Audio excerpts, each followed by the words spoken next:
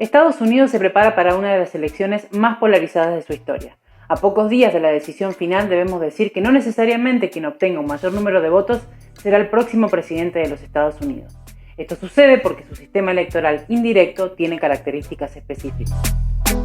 En las elecciones que finalizan el 3 de noviembre, pero que ya comenzaron de manera anticipada, primero por correo y luego presencialmente, los estadounidenses eligen en realidad a los 538 electores que son los que designan al presidente en el colegio electoral. Cada estado del país cuenta con un número de electores que se basan en su cantidad de población y de congresistas. Así hay estados grandes como California que cuentan con 55 votos electorales y otros clave como Florida con 29. Por lo general, salvo algunas excepciones, quien gana en un estado se lleva el total de los votos electorales de ese territorio, aún con una diferencia mínima de sufragios. Las únicas excepciones a esta regla son Maine y Nebraska, que reparten los votos electorales según quien haya ganado en cada distrito. Los electores, además, votan a quien ganó en su estado, salvo algunos muy pocos casos de electores disidentes que ocurrieron en la historia. En definitiva, quien consiga 270 votos en el colegio electoral será el próximo presidente de los Estados Unidos. Y la elección, que no es obligatoria, se dirime entre dos grandes partidos, el demócrata y el republicano. Podríamos decir que el bipartidismo es casi una consecuencia lógica de este sistema electoral. Hay temas y posturas de los candidatos que seguramente incidirán en la votación. Este año, un año muy particular en un contexto de pandemia, el tema del coronavirus será una novedad con respecto a años anteriores. El tema de la pandemia seguramente jugará un papel central y de hecho ya lo hizo en los debates presidenciales. La propuesta de Biden es realizar una gran cantidad de testeos rápidos con resultados inmediatos, producir suministros médicos y equipos protectores para evitar depender de la producción extranjera, implementar el uso obligatorio de mascarillas y un tratamiento y detección gratuito para todos los estadounidenses, además de revertir la decisión de Trump de abandonar la Organización Mundial de la Salud. Y mientras los republicanos acusan a los demócratas de querer cerrar la economía y prometen una vacuna que sería distribuida en todo el país a fin de año, los demócratas acusan al presidente de minimizar la situación. La economía es otro de los factores que influirán en las elecciones. Si hay algo que durante todo este tiempo fue la fortaleza de Trump, fue el buen desempeño económico del país, ahora en retroceso por efecto de la pandemia. El presidente aprobó un paquete de ayuda, pero los efectos continúan siendo devastadores en el país. En temas de economía, uno de los principales debates es el de las políticas impositivas. Trump impulsó desde el inicio de su gobierno un recorte de impuestos y Biden propone revocar estos recortes en las clases altas y aumentar el salario mínimo. El cambio climático también se ha metido en la campaña. Trump abandonó el Acuerdo de París e internamente revirtió varias medidas de protección ambiental al tiempo que Biden propone un amplio presupuesto para proyectos de energía limpia y que el país vuelva al Acuerdo de París.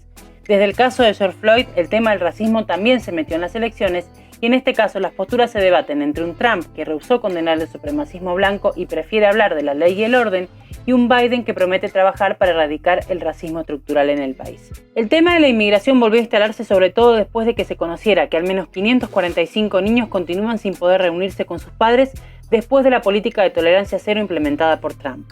Mientras el actual presidente hace hincapié en fronteras más fuertes y en el muro que se construye, Biden abandona la idea del muro, promete un proyecto para otorgar ciudadanía a 11 millones de personas indocumentadas e intenta despegarse de una realidad durante el gobierno de Obama. El número de deportaciones fue incluso superior al periodo actual. En temas de salud ya son conocidos los planes de Trump desde que llegó a la presidencia para eliminar y reemplazar el plan de cuidado de salud asequible implementado por Obama, mientras Biden quiere expandirlo. El reemplazo de la jueza Ruth Bader Ginsburg en la Corte Suprema también causó polémica, sobre todo por un asunto central, el del aborto. Uno de los peligros por la reciente confirmación de la jueza Amy Coney Barrett es la sentencia de 1973 que legaliza el aborto en todo el país hasta las 28 semanas. La llegada de una conservadora nominada por Trump no solamente generó polémica por producirse a pocos días de las elecciones, sino porque con su llegada la Corte podría revertir ese fallo, algo que Biden promete proteger con una ley federal. Una de las cosas que más nos preocupan sin dudas en el resto del mundo es la política exterior que puedan implementar los candidatos. Sin embargo, en este punto tenemos que decir que hay más similitudes que diferencias. Las diferencias estarán dadas seguramente por la forma de implementación de estas políticas.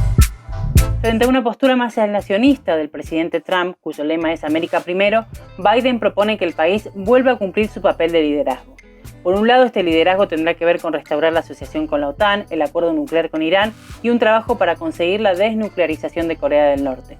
Por otro lado, promete retirar gran parte de las tropas de Estados Unidos en Afganistán, aunque no descarta el uso de la fuerza militar como último recurso para defender los intereses del país. Como elemento de continuidad, el demócrata apoya los acuerdos entre Israel y los Emiratos Árabes Unidos mediados por Trump. El republicano se muestra contrario a las intervenciones militares del país en otros, es más crítico respecto de la OTAN, se retiró del acuerdo nuclear con Irán, entabló negociaciones con Corea del Norte y como elemento de continuidad también respalda el retiro de tropas de Afganistán.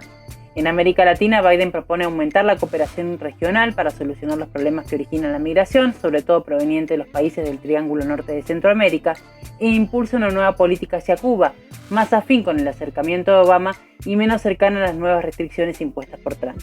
En cuanto a la relación con Brasil, Biden propone un fondo para detener la deforestación, algo que Bolsonaro rechazó y calificó de amenaza, mientras Trump ha fomentado una estrecha relación con el gobierno brasileño. Como elemento de continuidad, ambos califican de dictador a Nicolás Maduro y defienden sanciones hacia Venezuela, aunque Biden propone también asistencia humanitaria sumada a la presión internacional. Podríamos decir que uno de los ejes de la política de ambos mandatarios en la región estará centrada en contrarrestar la influencia china en la zona.